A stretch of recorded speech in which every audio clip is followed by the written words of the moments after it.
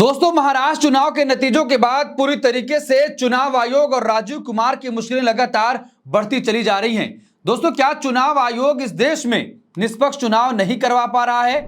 क्या चुनाव आयोग और राजीव कुमार मतदान के आंकड़ों में हेरफेर करके भाजपा को चुनाव जिता रहे हैं? पहले तो यह सवाल देश नीति उठा रहा था, पर अब निर्मला सीतारमण के पति प्राक्ला प्रभाकर ने महाराष्ट्र चुनाव में हुए चुनावी प्रक्रिया पर सवाल खड़ा कर दिया है। निर्मला सीतारमण के पति, जो कि देश के जाने माने अर्थशास्त्री भी हैं, उन्होंने महाराष्ट्र चुनाव के नतीजों पर सवालिया निशान खड़ा करते हुए चुनाव आयोग को भी सवालों के घेरे में ला दिया है, जिससे कि मुख्य चुनाव आयुक्त राजीव कुमार मुश्किल में फंसते हुए दिखाई दे रहे हैं। इस इंटरव्यू में निर्मला सीतारमण के पति प्राक्ला प्रभाकर ने चुनावी प्रक्रिया आंकड़ों के साथ जो हेरफेर हो रहा है उस पर गंभीर सवाल उठाए हैं और चुनाव आयोग जिस प्रक्रिया से चुनाव करा रहा है उस प्रक्रिया पर भी सवालों के घेरे में पूरी तरीके से उसको ला दिया है। महाराष्ट्र चुनाव में मतदान खत्म होने के बाद और फाइनल आंकड़ों में लगभग 8% वोटों की बढ़ोतरी हुई है, जबकि झारखंड में पहले चरण में मतदान के बाद सिर्फ 2% और दूसरे चरण के चुनाव के बाद सिर्फ 1% की बढ़ोतरी हुई है। जहां वोटों की ज्यादा बढ़ोतरी हुई है, यानी कि महाराष्ट्र में, वहां पर भारतीय जनता पार्टी चुनाव जीत गई और झारखंड में बीजेपी चुनाव हार गई, जहां पर कम बढ़ोतरी की गई। प्राक्ला प्रभाकर ने बताया कि महाराष्ट्र में चुनाव के दिन शाम 5 बजे तक 58.22% वोटिंग हुई थी। रात के 11:30 बजे फिर से इस आंकड़े को बढ़ाकर 65.02% कर दिया गया और फिर काउंटिंग से पहले ये आंकड़ा बढ़ाकर उससे भी ज्यादा 65.05% कर दिया गया। प्राक्ला प्रभाकर ने बताया कि शाम 5 बजे और रात के 11:30 बजे के बीच लगभग 65,97,708 वोटों की बढ़ोतरी मतदान के आंकड़ों में हुई है और फिर उसके बाद रात 11:30 बजे के बाद और मतगणना से पहले फिर से लगभग 10 लाख वोटों की बढ़ोतरी मतदान के आंकड़ों में दिखाई गई। कुल मिलाकर मतदान के बाद और मतगणना के पहले मतदान के आंकड़ों में लगभग 76 लाख वोटों की बढ़ोतरी सामने आई है। उन्होंने चुनाव आयोग पर आरोप लगाया कि मतदान के आंकड़ों में इतनी ज्यादा बढ़ोतरी भारत के चुनावी इतिहास में कभी नहीं हुई है। पहले भी जब बैलेट पेपर से चुनाव होते थे तब भी शाम के 5 बजे जो प्रोविजनल आंकड़े चुनाव आयोग जारी करता था और उसके बाद कुछ घंटे के बाद मतदान के फाइनल आंकड़े जारी होते थे, उनमें सिर्फ 1% से ज्यादा की वृद्धि कभी नहीं हुई।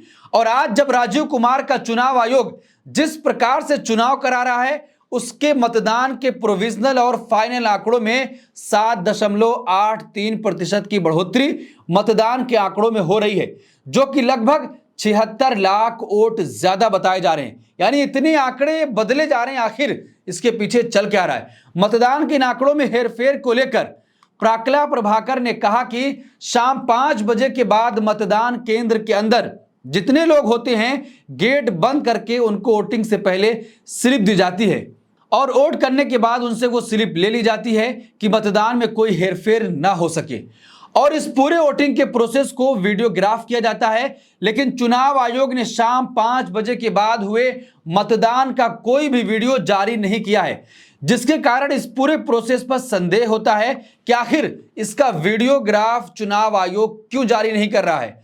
उन्होंने कहा कि जिस प्रकार से बिना स्पष्टीकरण के इन आंकड़ों में बढ़ोतरी हो रही है उससे चुनावी प्रक्रिया पर संदेह पैदा होता है कि जनता के मैंडेट के साथ चुनाव आयोग हेरफेर कर रहा है और एक पार्टी के पक्ष में पूरी तरीके से वोटों को बढ़ाया जा रहा है। प्राक्ला प्रभाकर ने बताया कि झारखंड चुनाव में पहले चरण के मतदान के बाद शाम 5 बजे और रात 11:30 बजे के बाद मतदान के आंकड़ों में 1.79% की बढ़ोतरी हुई। भाजपा इस 43 सीटों में से सिर्फ 17 सीट ही जीत पाई। तो वहीं दूसरे फेज के चुनाव में शाम 5 बजे के बाद और रात 11:30 बजे तक मतदान के आंकड़ों में सिर्फ 0.86% की बढ़ोतरी हुई। यानी कि मतदान का जो आंकड़ा शाम 5 बजे जारी किया गया था वो था 67.59% और रात के 11:30 बजे ये आंकड़ा बढ़कर 68.45% हो गया, यानी कि 1% से भी कम।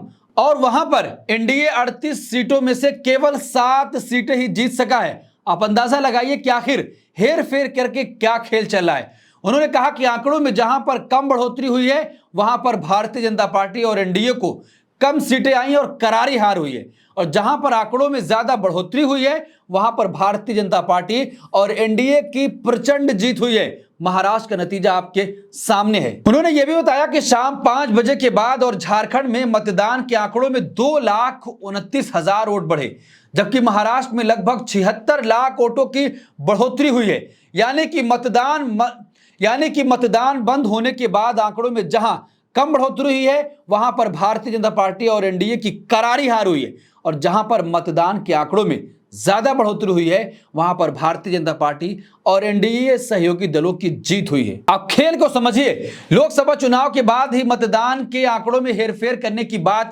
सामने आ रही है और चुनाव में धांधली कर चुनाव जीता जा रहा है, ऐसी तमाम बातें की जा रही। अब यह आरोप निर्मला सीतारमण के पति ने साफ तौर पर चुनाव आयोग पर लगा दिया है। उन्होंने कहा कि चुनाव आयुक्त को चुनने वाले कानून जिस प्रकार से बदलाव करके राजीव कुमार को चुनाव आयुक्त बनाया गया, उससे चुनाव आयोग पर और भी शक पैदा हो जाता है कि आखिर राजीव कुमार के लिए भारतीय जनता पार्टी और प्रधानमंत्री नरेंद्र मोदी ने कानून में बदलाव क्यों किया।